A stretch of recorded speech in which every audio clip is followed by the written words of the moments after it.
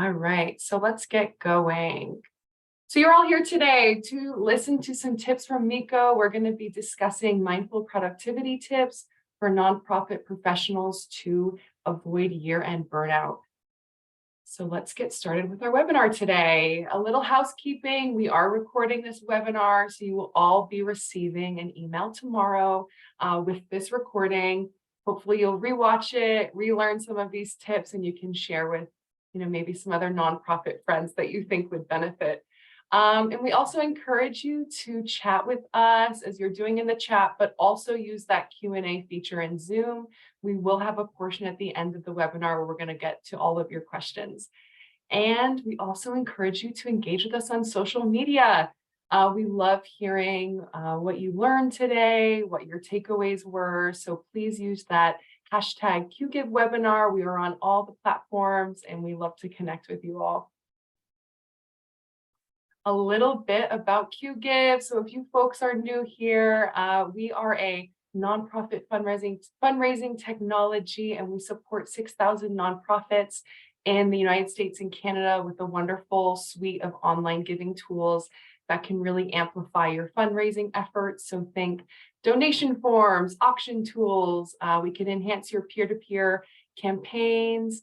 And we're really excited to support you. So we love offering webinars just like this one. So I hope you'll follow along with us and tune in to some of the ones that we have coming in the new year. So with all of that out of the way, I am really thrilled to introduce you to our guests today. Meico Whitlock is the CEO of the Mindful Techie. He is the author of the Intention Planner, and he is a certified trauma-informed mindfulness teacher. Meico, I am going to hand the mic over to you, and you can take it over for our webinar today. Awesome. Well, thank you so much for that kind introduction and that setup. And so we're going to go ahead and get started and dive in here. And we have a short amount of time together. So I want to just kick us off by talking a little bit about the context in which we are gathering. And that is that, depending on how you're counting, we are in year 3 of a pandemic that continues to evolve, that continues to change. It continues to have a lasting impact on the way that we live and that we work in this current time. And so many of us are experiencing perhaps increased workloads as a result of this. We are experiencing lots of uncertainty in terms of what's next and what is our work going to look like and how are we going to do that in this new hybrid world that many of us are participating in. And at the same time, we're seeing that the amount of emails, the amount of meetings, all of those things have increased, all alongside the fact that for many of us, we have experienced trauma. We've experienced loss, a loss of routine, a loss of a way of life before, a loss of loved ones. And so we have all of these things that we're contending with all at once. And it creates a perfect storm of sorts to contribute to what we might be feeling right now as we close out the year and as we begin the new year. And so what I want to offer to you for today is just a few strategies to help you to get your juices flowing, to think about some mindful ways that you can approach productivity so that you don't burn out. And if you are on the brink of burnout or you have burned out, some things that might be helpful for you to help you to get back on track so that you can finish the year strong for your organization and for yourself, and also be able to start off the new year on the right foot. And so I won't say much more about who I am. We've had a nice setup about that. So if it's okay with you, I want to go ahead and dive right in. And I want to extend an invitation to you to join me in taking 3 deep intentional breaths as we get started. And don't worry, I'll guide us through this process if this is something that you would like to do. And if this is something that you would like to do, I invite you to, right where you are, if you feel safe, if it feels right for you, to just gently close your eyes, or if you choose to keep your eyes open, maybe cast your gaze down slightly just in front of you, and take this opportunity to adjust your posture if you're seated to a position that just feels good, that feels right, and that feels supportive for the body. Planting the feet firmly on the ground beneath you. You can also do this lying down or standing. I'm standing at the moment, so Choose a position that just feels good for you in this moment. And just take this moment to just notice how the body is supported. If you're seated, that might mean simply noticing that the feet are making contact with the floor or the carpet beneath you. Noticing that there's a chair supporting the body in this moment.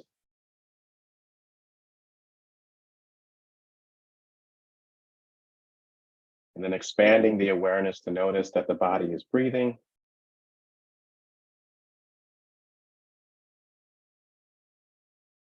Maybe you notice it through the rise and fall of the belly or the chest. Or maybe the in and out breath through the nostrils or the mouth. Maybe you can feel that, maybe you can hear it. Just take a moment to notice in this moment.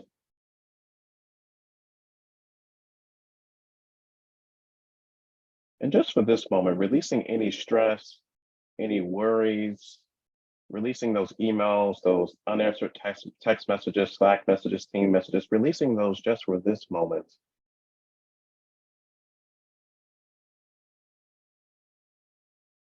When you're ready, if you're willing, I invite you in these next few moments to take 3 deep intentional breaths with me. We'll be breathing in through the nose, fully and deeply, and then out through the mouth. And so if this is something that you would like to join me in doing, let's take our first breath together, fully and deeply in through the nose and out through the mouth. Allowing the body to relax. And when you're ready, taking the second breath, again, fully and deeply in through the nose and out through the mouth.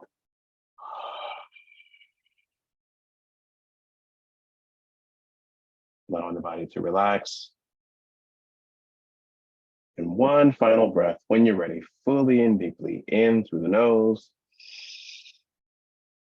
and out through the mouth.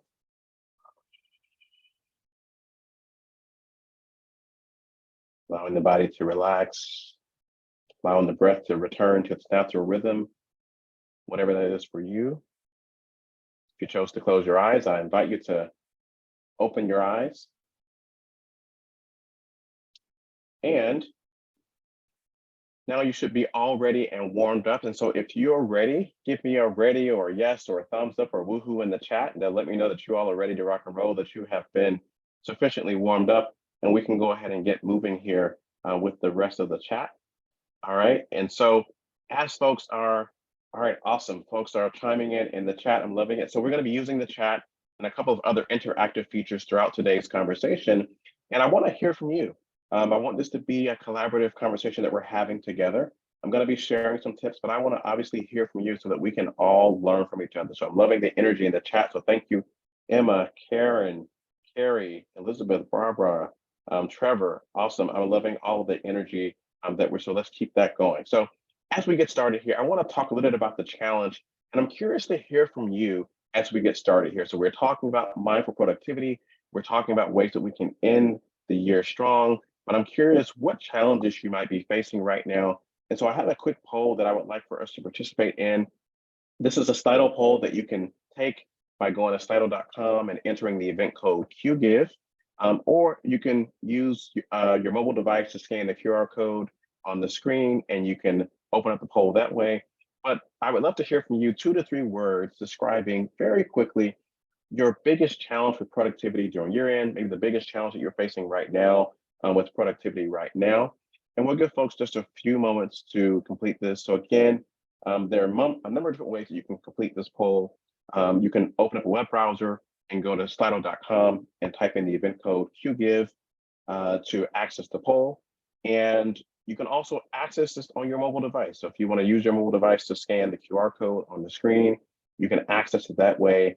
And that'll give you an opportunity to share 2 to 3 words to help describe what are your biggest challenges that you're facing right now with productivity as we think about wrapping up the year, as we think about moving into the new year. And it looks like we have folks that are beginning to enter in their responses. So we give a few moments on capacity. All right. So many of us are having to experience heavier workloads perhaps than normal, and we're feeling overwhelmed, prioritizing, right? We have so many things. So what do we actually focus on? Do we actually have the capacity to do all the things, or do we have to say no to some of those things, or not right now to some of those things? Bandwidth, that I think that ties into the capacity issue. ADD, right? Our focus is shifting, and so I think that ties into that. Pressure, staying motivated, um, remote worker productivity. So there are different variations of this depending on the context in which you're working. Absolutely. And as people are entering and sharing their thoughts about this, one thing I want to share about this particular word cloud that we're creating collaboratively together is that the bigger the word appears, the more that word has been inputted by folks that are sharing in the poll. And so you'll see that competing priorities, focus, fatigue, bandwidth, those are the challenges that seem to be rising to the top as folks share what their biggest challenges are. So I'm going to leave this poll open. So if you have other things that you want to share, then obviously we can have those as part of the poll. And I'll make sure that we have these included as part of the final slide set, so we'll be able to actually see the results of the poll.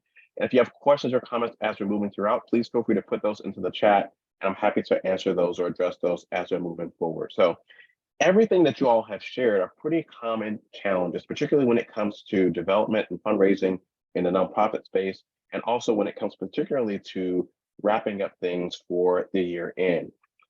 In addition to that, some of the productivity challenges that we're facing that are pretty unique, I think, to the hybrid environment or the pandemic and the way that shaped the way we live and work right now is uncertainty, right? Thinking about what is our work and the way we work and where we're working, how we're working, what does that actually look like moving forward, right? We're still seeing more coming out in terms of variants in terms of the COVID-19 virus, and then there are other viruses. There's the flu, there's RSV. So there's all this uncertainty, and what does that impact look like for us? There's also uncertainty in terms of our political environment, right? So we're seeing a shift in terms of Congress, in terms of the balance of power. Folks are gearing up for the presidential election in 2024. And so there's lots of uncertainty about what is that going to mean for our organizations and for the causes that we care about. There's also the safety piece, and I alluded to that with the ever evolving information that we're getting regarding vaccines, regarding the different challenges and public health threats that are out there. The social anxiety piece, especially for those of us that are navigating in-person and remote work, and maybe we're extroverted or introverted, and we're trying to figure out how do we balance those things based on whether we're in person or whether we're connecting and working with one another and supporting one another in a hybrid environment. There's also the work-life balance piece, right? And I think this ties to what many of you mentioned in terms of the capacity issue, right? And prioritization. You have so many things that are happening, not just in your work life, but also in your home life. And so how do you balance all those things? How do you show up fully for the mission of the organizations that you serve, and also at the same time be fully available as a friend, as a family member, as a parent, as a son or a daughter or sibling or child? And then finally, the last piece that we have here, collaboration or tech overload.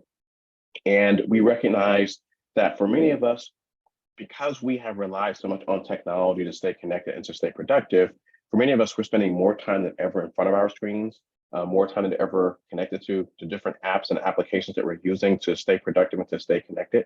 And in some cases, that has actually increased our time using those applications and those programs, and also the number of programs that we're actually using and how connected we are through instant messaging, through text messaging, through Zoom video calls and team calls and emails, all of those things. And we've seen an explosion across the board for that. So this brings us to a point of thinking about, when we think about mindful versus toxic productivity. So many of the things that you all shared in terms of challenges might be viewed as symptoms of a form of toxic productivity. And toxic productivity is essentially where we get sucked into this idea that we have to be the hero, right? And that if we work long and hard enough, then we can get all the things done, right? And we can be seen as the hero for having done that. We can sacrifice sleep, we can sacrifice our personal life and well-being, and we'll be seen as the savior, or we'll be seen as the hero. And this is what some folks describe as toxic productivity. And this is particularly, we see rampant in mission-driven organizations and nonprofit organizations.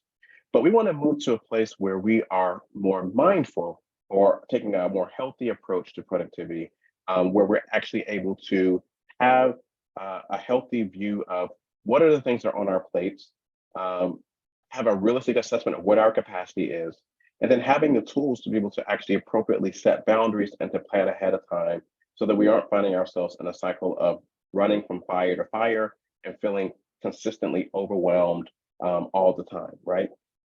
Stress is not necessarily a bad thing, but perpetual stress, prolonged stress can be very negative and impactful. And so we want to be mindful of whether we're in a toxic productivity space or whether we're in a mindful productivity space. And so you all can let me know in the chat. Do you feel like right now, if I were to ask you which one of these best describes how you feel about how you're working right now? Are you mindfully productive or are you toxically productive? Let me know in the chat as you're thinking about this and you're hearing me describe this, where you think you fit onto this. And as you all are thinking about this, whether you fall on the mindful spectrum or whether you fall on the toxic end, I want to share one more thing for you as we're moving forward.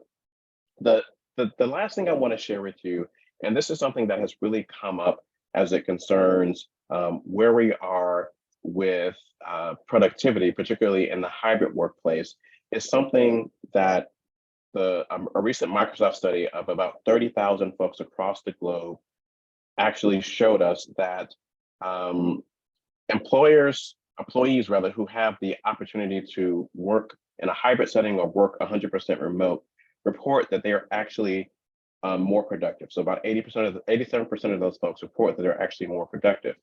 But you'll see that conversely, folks that are leaders of organizations, so these are executive directors, these are folks that are senior leadership positions in organizations, maybe team leads, report that they believe that number, about 12% of those folks actually believe that that's actually true. So I raise this because as we think about year end and beyond, we have this trust gap in a number of organizations in terms of whether people actually believe they're being productive in certain types of working situations. And so let's take a look at what we have in the chat. I want to thank Annette and Barbara and Elizabeth, Jamie, Linda, and Elizabeth again for responding to the question about toxic versus mindful. It looks like we have a mix here. It looks like most of the folks that responded indicated they feel like they're more on the toxic end of the spectrum. Elizabeth says it depends on the day. And I think it's a really good point. So thank you for sharing that, because often when we think about these spectrums, it really is going to vary based on the season of life and work that we find ourselves in. And so Elizabeth, thank you for providing that bit of nuance there. Barbara says mindful. And let's see what Annette has here. Mostly mindful as well.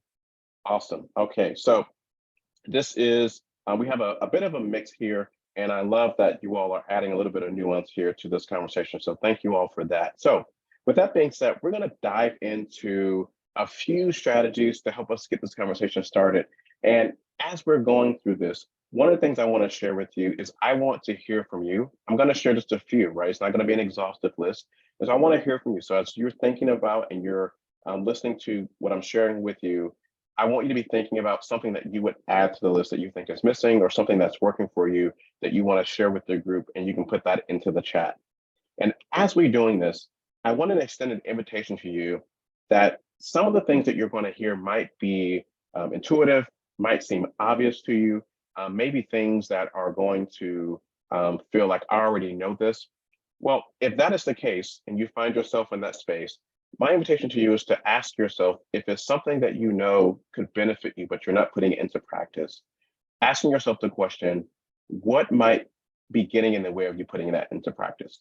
Because we know all too well that just because something is common sense, just because something is obvious or intuitive, doesn't mean that it's actually common practice. So again, common sense doesn't necessarily equal common practice. So with that being said, I'm going to go ahead and I'm going to give you another poll here as we get diving into some of the strategies here. But I'm curious, you talked about the challenges before. I'm curious if folks want to share maybe one or two things that's working for them in terms of actually being more productive. What helps you to get more productive, get back on track when you are feeling distracted, or you're having challenges with focus. And so again, you can go to slido.com and put in the event code QGIVE, or you can use your mobile device to access the QR code.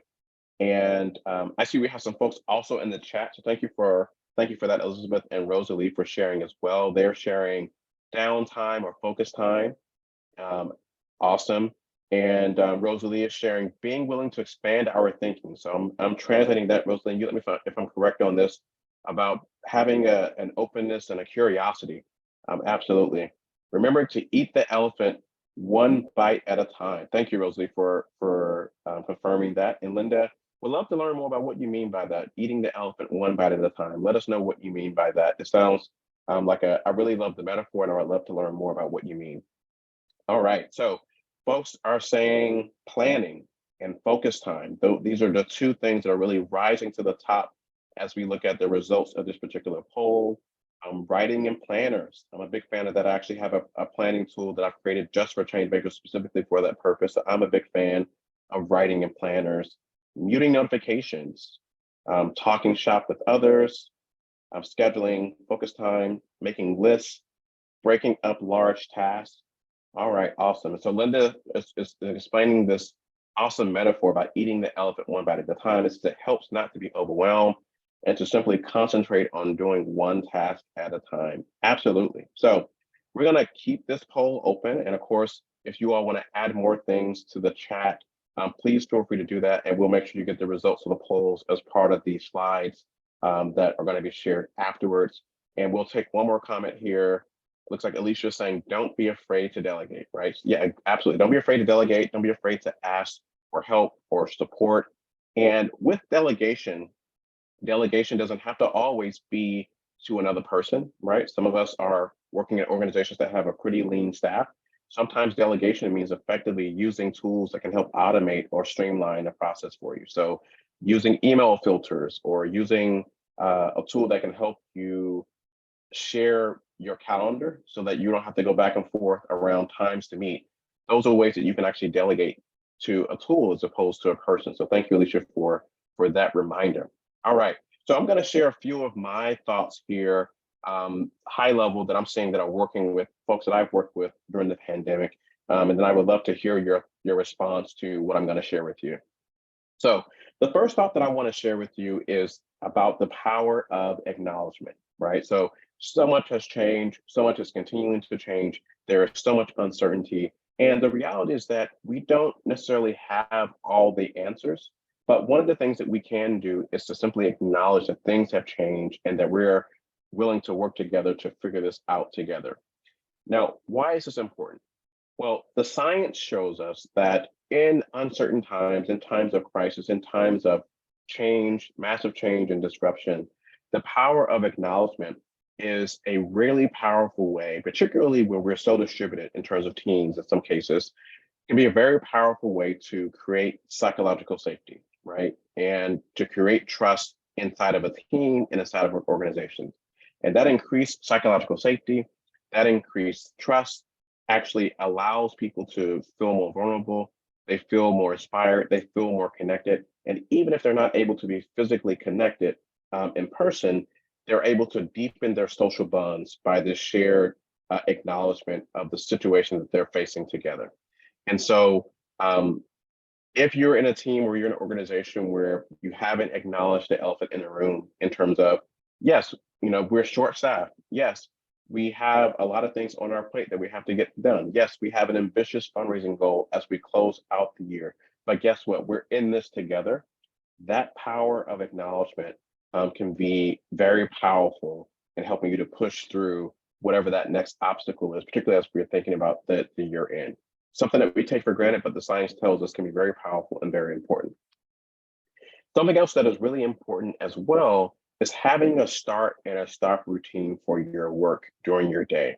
And this is critically important because one of the things that the pandemic has shown us is that for many of us, we've had a lack of work-life balance as things have seemed to blur together in just one big blob, right?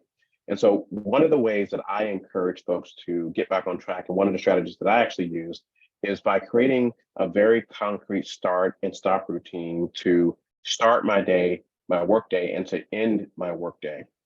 And the reason for this is that many of us perhaps have a moment or days where we are waking up first thing in the morning, and we are looking at emails, we're looking at text messages, we're looking at the news, we're checking the weather, we're doing all these things sometimes before we've even rolled out of bed, and before we've even actually set an intention for our day. So this is something that I call IDD, or intention deficit disorder. So let me know if you've ever had a moment like this or a day like this where you've woken up first thing in the morning and you dove headfirst into work before you did anything else. Let me know in the chat. So if this is you, you don't have a routine to pour into yourself before you give yourself away to your work, before you give yourself away to your family, then you set yourself up for potential burnout, right? And I see Elizabeth responding, says, oh my gosh, this is literally every day. All right, so Elizabeth, then perhaps this tip is especially for you. I'm going to challenge you and everyone else who might find themselves in a situation to start with just 5 minutes that you can carve out for yourself, that you can put out on your calendar. Maybe it's a short 5-minute meditation. Maybe you have a cup of coffee in the quiet in some place in your home or your office. Maybe it's a 5-minute yoga session, whatever that is. Maybe you're sitting with the dog, or maybe you have a young child and you're sitting with them as before they go off to school. And that is your 5 minutes of joy that you're using to start the day. And then similarly, at the end of your day, you want to have something that signals the end of that workday, right? And so maybe that is a routine where you're, for me, like sometimes it's preparing to cook dinner. Maybe it's a routine you have with your kids, helping them with their homework or walking the dog, whatever that might be, identifying that, putting that on the calendar and committing to it so that you have those built-in rituals, and then you're able to schedule your work around that. And again, if this feels overwhelming, a good place to start is simply just 5 minutes. I think we can all find 5 minutes. And so I see Melena also chiming in here as well. So hopefully this is something that's going to be helpful for you as well, Wendy, as well, and hopefully something you can do and very easy to start with. So this is the planner that I think Melena or someone else was referring to in the chat. And this ties into the strategy that I want to share with you in terms of making a clear plan for your day and for your week. When it comes to workplace distractions, particularly during the pandemic, there are essentially 3 things that consistently rank as some of the top distractions in the workplace across the board. There's email, there's meetings, there's something that we often don't talk about, which is actually lack of clarity or lack of understanding of what priorities are, right? And what that means is that we're busy, and sometimes we are in meetings and we're responding to emails and we're doing things, but we're not necessarily doing the right things in order to move the mission forward, right? And part of that's because we haven't actually taken the time to take a step back and to ask ourselves, okay, what is our higher intention, right? What is our intended outcome? And so the invitation here is to have a ritual for your day and for your week where you're taking a step back in as little as 5 minutes, maybe starting with 5 minutes, to actually set an intention or identify what you want your ideal outcome to be. What are the top priorities, maybe 2 or 3 priorities that are going to be connected to that? And focusing on, as much as you're able to, recognizing that things change and priorities shift, using that as a guide point so that when priorities do shift, you can get back on track. And it's going to help you with managing your distractions and your focus. And so one of the tools I developed for this is the intention planner. You have that on the screen. It's if you like to write by hand, it's a great planner to support you in doing that process, created specifically for change makers like us. But the point here is, whether you use a tool like this, whether you use another planner, whether you have a digital tool, another process that you use, making sure that you have some type of process in place to make a plan for your day and your week, and you're not just waking up and finding yourself constantly responding or being reactive to the water hose of things that are coming at you, right? Because if you don't create a plan for your day or for your week, then your inbox will create a plan for you, right? Those unsolicited meeting invites, that will create the plan for your day and for your week. The ask of your time from other folks that is going to create the plan for you if you don't identify your priorities ahead of time and then use that as a way to negotiate boundaries when those other asks come up. Something else that is critically important, particularly as we're approaching year end, and particularly since so many of you mentioned in that first poll that we did in terms of challenges, that you were challenged with capacity, right? You were challenged with prioritization. You're challenged with having too many things on your plate. So here's the reality. The reality is this: you have a finite amount of time, right? That's just the reality. We all have a finite amount of time with in terms of life and in terms of the number of hours that we have in a particular day and in a week to get things done. We have a finite amount of energy, although that energy is renewable if we're taking care of ourselves. And our attention is similarly finite, right? So there's only so many things we can focus on and do at one time. And so as you're creating your to-do list, one of the things that can be very healthy is at an individual and at a team level, actually having an explicit conversation about here are the things that we actually have the capacity to do, and create a to-don't list, right? Here are things that we do not have the capacity to do right now. Here are the things that we have the ability to put on hold. Here are the things that we can delay, or here are the things that we can actually take off the list altogether. That way you aren't stressing yourself out and you aren't overwhelming yourself with this mile-long to-do list that you already know you're probably not going to be able to get everything done. And it's just going to make you feel even worse when you don't get it done. So why not on the front end proactively think through, okay, what do I realistically have the capacity to do? And then what are the things that I'm not going to get done, but that are still important? And we need to figure out a way to get those things done. Very important. Psychologically, the research tells us to be able to do this, and very super helpful if it's a long-term practice within your team and in your organization in terms of really assessing what are reasonable priorities, and really aligning that with the capacity that you have to tackle those priorities. So let me know how I'm doing. So if this is making sense to you, give me a yes or a thumbs up in the chat.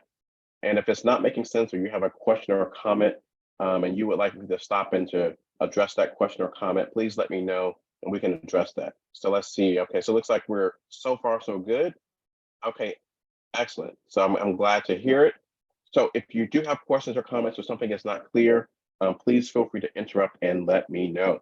All right, so we're going to go ahead and keep moving forward unless there's a question or comment in the chat. And one of the other things I want to share with you is about updating your rules of engagement. So during the pandemic, with folks that I've worked with, one of the things that actually before the pandemic, one of the things I work with folks on is actually reducing the amount of uncertainty and reducing the number of assumptions that we're making by actually establishing your rules of engagement. So why is this important, right? Well, we're hyper connected and we're receiving text messages and instant messages from Slack and Teams and emails and all of these things, meeting invites and all these things, essentially nonstop, right? And many of us have this idea that we have to respond to all of those things pretty much as quickly as possible. And so we drop everything that we do as soon as that email comes in and we're responding right away, right? And the reality is that not everything has the same level of importance and urgency. Because if everything had the same level of urgency and importance, then nothing would be urgent and nothing would be important. And so we just be on this treadmill of perpetual busyness leading to burnout. And so we burn out, recover, and we repeat the cycle over and over again. So one simple thing that we can do to break out of that is to actually have an explicit conversation about our rules of engagement. So pre-pandemic, looking on the left side of the screen, those rules of engagement included having explicit conversations with your supervisor, with your direct reports, with your team about when are you available for work? Like what are going to be your general work hours, right? What's going to be the time that you are not going to be available for work to do stuff outside of work pertaining to your personal life? When are the times that you're going to be available to actually have focus time where you're not responding to emails, where you're not in meetings, but you're actually focusing on getting that report done, where you're actually focusing on maybe doing donor outreach, focusing on some of those other critical tasks that are important as you close out the year. And then the second is, what's the best way to reach you if something is urgent versus non-urgent, right? And how soon should people expect a response based on whether you're reaching out via email or text message or instant message? and based on the level of urgency and importance of whatever their request is.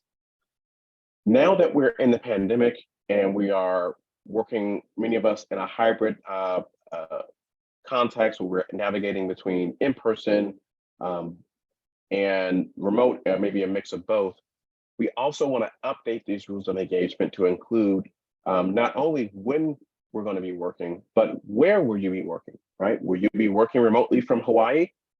Will you be working remotely from the office headquarters, wherever you are? Or where is it that you're going to be working from? And then using this as an opportunity as well, going back to what I was saying earlier about the collaboration overload piece and how the number of tools that we have used and the amount of time we're spending using those tools has increased. This is a perfect opportunity to do an audit of those project management tools, the document storage tools, the calendar tools, the appointment scheduling tools, and to actually ask yourselves as a team, do we still need these tools? Are there different ways that we can use these tools? Should we be using something different? And also, is it time for us to actually adjust our notifications? I was talking with a client in a group yesterday, and they use box.com for their document storage and document sharing.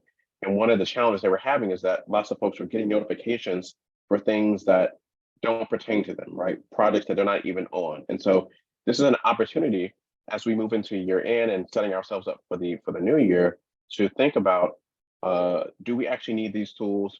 Do we need to think differently about how we're using them? And how do we need to adjust our notifications as it concerns these particular tools that we're using?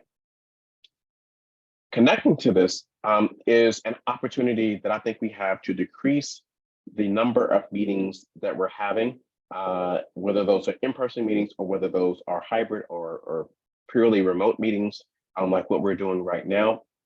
And the analogy that I want to give to you is related to the sleep number bed. So let me know in the chat if you've heard of the sleep number bed. I think that they have lots of commercials and infomercials, and maybe you've seen the ads on TV or on social media.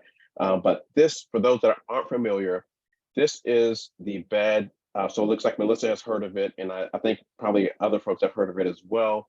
But this is a bed where essentially you have a sleep number. And the idea is that your sleep number indicates the level of firmness of the mattress. If you're sharing the bed with someone, that person can have their sleep number, their level of firmness, and they're all is hunky-dory. You can share the bed, and hopefully it's a harmonious, relationship in terms of the level of firmness, right? Well, if we apply this concept to our meeting number or our Zoom number, this is essentially talking about how many meetings is too many before it begins to have a negative impact on our productivity. How long is too long before it begins to have a negative impact on our attention span and our ability to be really productive and engaged in that particular meeting. For many of us, particularly during the pandemic, research shows that the number of meetings has actually skyrocketed, right? Particularly the number of video meetings that we have. And so we have an opportunity as we close out the year, as we move into this next phase of the pandemic, as we have a bit more certainty than we did before, to really ask ourselves, do we still need to have the same number of meetings that we were having before? Can we decrease some of the number of the check-ins that we were having? If we have a recurring meeting, for example, does this recurring meeting still need to happen? Can we put a pause on that as we close out the year, maybe pick it up in the new year?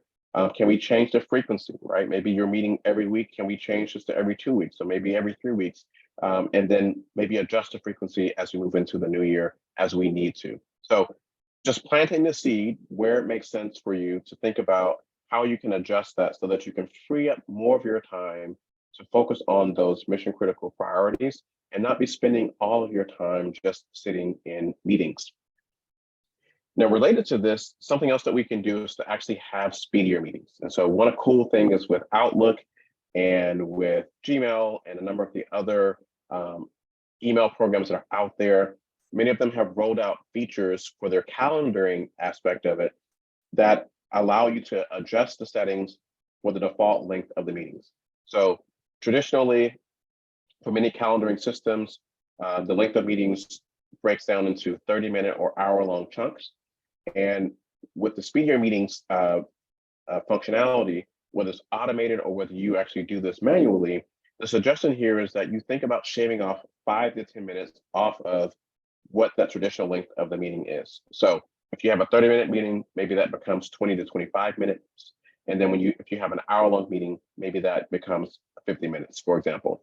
So I have one client that I work with on the government side where they have a policy for their division called Take 5, where they automatically give people 5 minutes before and after the start and the end of the meeting. They give that time back to people so they have time to go to the bathroom. They have time to transition from one meeting to the next, or one activity to the next activity. And if this is a common practice across your organization for your meetings, then this can actually add up to some significant time that you actually get back to focus on other things or to transition or whatever it is that you need to do in order to be more productive with whatever the time that you get back. So if you combine this with the previous strategy on decreasing in an intentional way the number of meetings that you're having, this can help you get back some of your time. And then tied to this, we've seen again the increase in the ways in which we're collaborating, and how often we're connecting and collaborating using some of these tools. And so a few tips here to help you support this if you're dealing with just an overload when it comes to collaboration. The first tip here is really about scheduling off hours emails that aren't urgent, right? So maybe some of you are like me, where sometimes you're working odd hours outside of traditional business hours and you are sending emails. One of the things that I do is I actually schedule those emails to go out during regular business hours. And the reason for that is that, particularly for folks that are in leadership positions, if you're sending out non-urgent emails that don't require an immediate response to your team outside of traditional business hours, even if you tell them not to respond, one of two things is going to happen in most cases. The first scenario is a person who sees the email, and because of their personality type, they have to respond. And so they're going to interrupt their dinner, they're going to interrupt playtime with their kids, and they're going to respond to the email because they just have a sense that they need to do that regardless of the fact that you said not to respond until the next day. Or you're going to have the person that is going to wait until the next day, but then they're going to carry that stress with them as they go to bed at night and as they wake up for the next day going into work, of knowing that they need to respond to this particular email from you. And so what this does is it creates unnecessary background stress for each other, and it raises anxiety levels. So one simple thing we can do to lower the anxiety and stress levels for all of us is think about this. If you're sending non-urgent emails that don't require immediate response after hours, considering using some of the tools that are built into Outlook to pre-schedule, to delay send. Same thing with Gmail and some of the other tools that are out there. Leaving it in draft forms, or simply just waiting until an appropriate time to send out that email. I talked about reducing meeting bloat with the previous tip around decreasing the meeting number. And then the final tip I'll share here with collaboration overload is thinking about, for your video mediated interactions, thinking about whether or not you actually need folks to be on camera and being intentional with that ask. The reason for this is that there is research out of Stanford University that shows us that Zoom fatigue is a very real phenomenon. And what does that mean? That means that being on camera, seeing your own face and seeing other faces, and doing that in a continuous way where you have back-to-back meetings throughout a day or throughout a week actually drains us more quickly, right? Because it requires a greater mental and emotional capacity to be fully present in that way, which is an unnatural form of human to human interaction. It's not the same as interacting in person, right? It costs us less in terms of mental and emotional energy to connect in person than it does through a video mediated interaction. And so consider whether or not you actually need cameras on, or whether cameras can be optional or maybe part of the meeting, and consider putting that on the agenda, putting that in the meeting invite, and then making your adjustments accordingly based on that. But in most cases, cameras, the research is showing us, don't necessarily need to be on for all meetings. And so being very intentional about what's the reason for that, what are you trying to get at, and recognizing that just because people have their cameras on doesn't necessarily mean they're more engaged. In fact, there's research that shows that if people are able to have their cameras off, then in many cases they might be more engaged because there's less of a mental tax for actually being on camera. The final thing I'll share about this is thinking about equity, particularly for folks that might not want to share their space with folks, might not feel comfortable with it. Maybe they are ashamed of their space. And the other aspect of that is that this phenomena is more pronounced for women, right? We expect women to show up a certain way in a way that we don't expect men to show up. And so that can be an extra tax that sometimes we're not actually thinking about when we think about the requirement to have cameras on all the time. So the one, as we begin to wrap up, a few more things I want to share with you as you're thinking about this is to be responsive as opposed to be reactive. And this is an opportunity as you're sending emails, as you're communicating through instant messaging or whatever the tools that you're using, particularly if you're communicating in a hybrid or remote setting, just take a moment to pause and to think about whether you're actually creating, email pollution or digital pollution, or if what you're sharing and what you're responding to is actually providing value, right? And so here are two mantras that I really love that invite us to ask us to wait and to ask, why am I talking, or why am I sending this, or why am I writing this email? And then also asking yourself, is what I'm sending actually helpful? Is it true? Is it kind? Is it necessary? Thinking through these things before we're sending things out. And then one final thought here around social distancing. So we've talked a lot about this in the context of protecting ourselves and our loved ones from the spread of COVID in particular, but we can also apply this concept to our technology, particularly if we find that maybe you're one of those people for whom your screen time has increased for yourself, for your family, for your colleagues.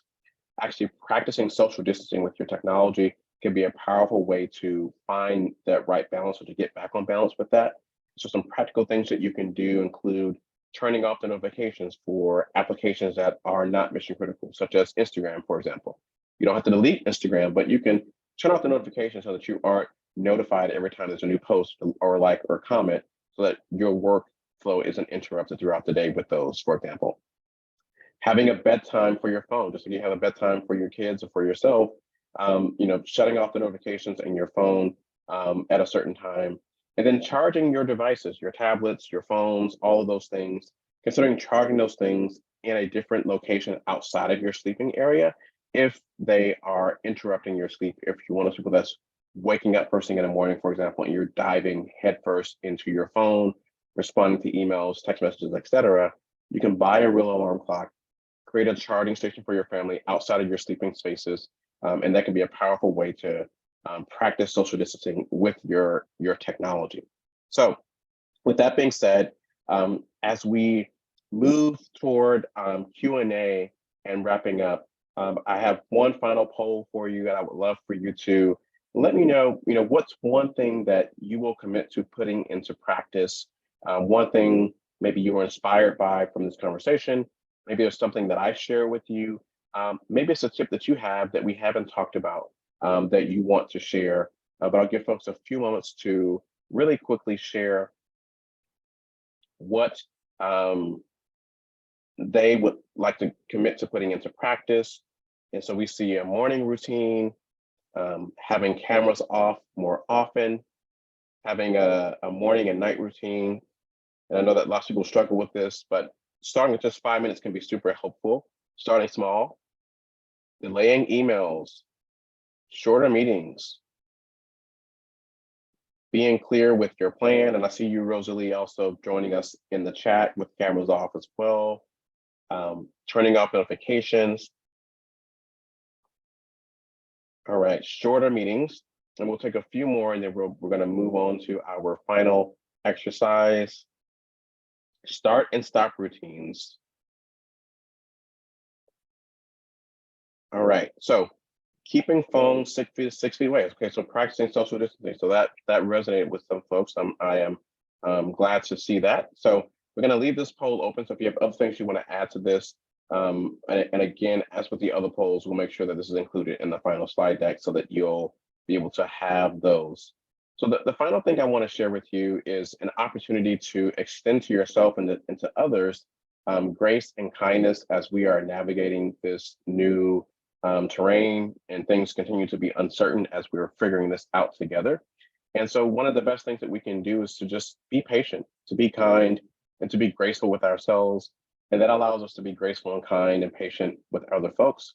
And I have a mantra called ACE, which is simply an opportunity for us to acknowledge whatever the thing is that we need grace with, and to confront that with whatever the truth is about the moment, and to then identify or to execute a small action step based on that, to figure out how do we move forward despite whatever the challenges that we are experiencing, but be able to move forward with kindness and grace and compassion for ourselves.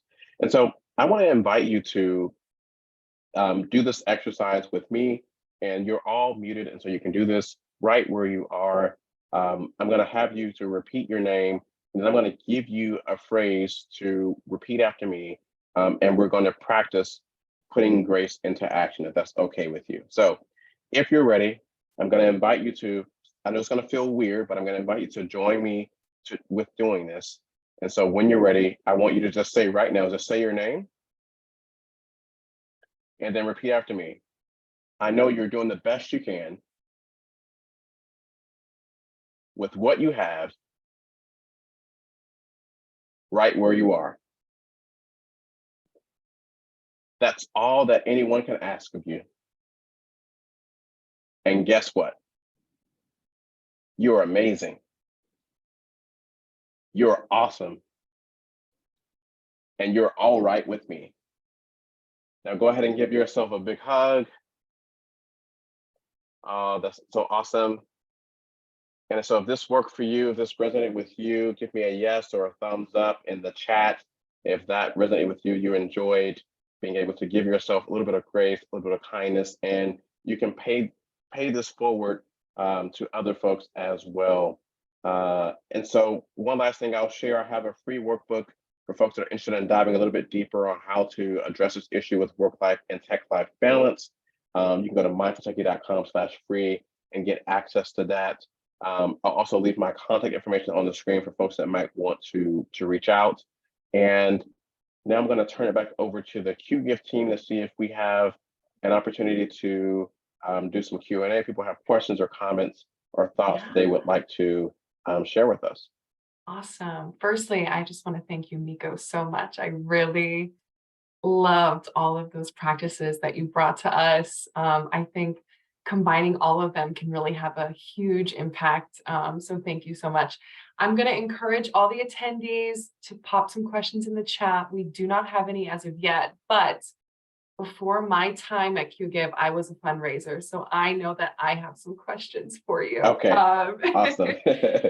So I remember my time as a fundraiser, my to-do list often felt unending, like a CVS receipt of to-do lists, right? Feet long of to-dos. How do Yes. you suggest that fundraisers and nonprofit professionals can leave their work at work? What are your top tips for that? Absolutely. So two things I would just recommend right away that I talked about during the talk. The first is with the start and the stop routine. You know, something as simple as having that 5 minutes to bookend your day, or even in the middle of your day, if you feel like you need that, if your work is broken up, can be super powerful. Like it sounds very simple, but it's very powerful. Like if you just have 5 minutes to sort of, and you're not used to this, to sort of sit with yourself or to do something that brings you joy, to go for a short walk during your lunch and to have something that you're going to look forward to at the end of your workday. If you're doing that consistently, that can help bring a bit of balance and perspective to that CVS receipt of to-do list items that you have on your list. The other thing that I suggest is, and I talked about this a little bit with planning your day. Yes, you might have what seems like a mile long to-do list, but there's research that backs this up as well. We benefit psychologically if we're able to say, you know what, I have this mile long to-do list of things that I have to do, but what are the top 2 or 3 things that are really important? Not that I'm not going to get to the other things, but what are the 2 or 3 things that I really want to make sure I accomplish today or that I accomplish this week? And I want to give most of my energy to that so that you can check those things off and you can feel accomplished. And the act of checking those things off and accomplishing those things inspires you to want to keep moving to the rest of your list. Yeah, absolutely. Melissa had a wonderful point in the chat. She said, Meico, I love it how acknowledging of the ongoing COVID situation you are. In my universe, I feel like most folks are acting like it's over. Just wanted to commend you on those elements of your presentation. I totally agree with that. So thank you so much for including that in your presentation today. Absolutely. And that is another thing too. You mentioned your question about the mile long to-do list. In some instances, we might not have the power to change that, but simply acknowledging that we have a lot to do and maybe we have limited power to change it, that can also be healthy and powerful and impactful too. So if you're leading a team and you're like, team, look, I don't have any control over what the priorities are. This has been handed down by the board or by the ED, but we're in this together. We're going to figure this out. That can be very powerful for your team. Yeah, totally. That strong communication and sense of camaraderie can go a long way. Yes. Awesome. And I know that this webinar is about avoiding, burnout at the year end. Do you have any tips for when we're planning for 2023 to plan with mindfulness in mind? What are your tips for a whole calendar year? Yes. So 2 things. One, I do a free life planning masterclass every year to help people to prepare. I have a free workbook associated with that. And so if folks go to my website and you sign up for the email list, it's actually going to be the second week of this month that I'm going to be doing it. And it's free. I do it for free. I don't charge anyone for it. And it's a free workbook that actually walks you through step by step how to actually do that. So that's one thing if people are looking for an actual resource or step-by-step process and a training associated with that. The second thing that I would recommend to folks is oftentimes we wait until the last minute to take time off. And what I tell people is, that Christmas is December 25th every year. Like, it's not a surprise. And that you're probably going to take time off for Christmas or Hanukkah or for Thanksgiving or maybe at some point during the summer. If you already know that, I invite people to already start to mark off those days, to start to get permission to take those days off.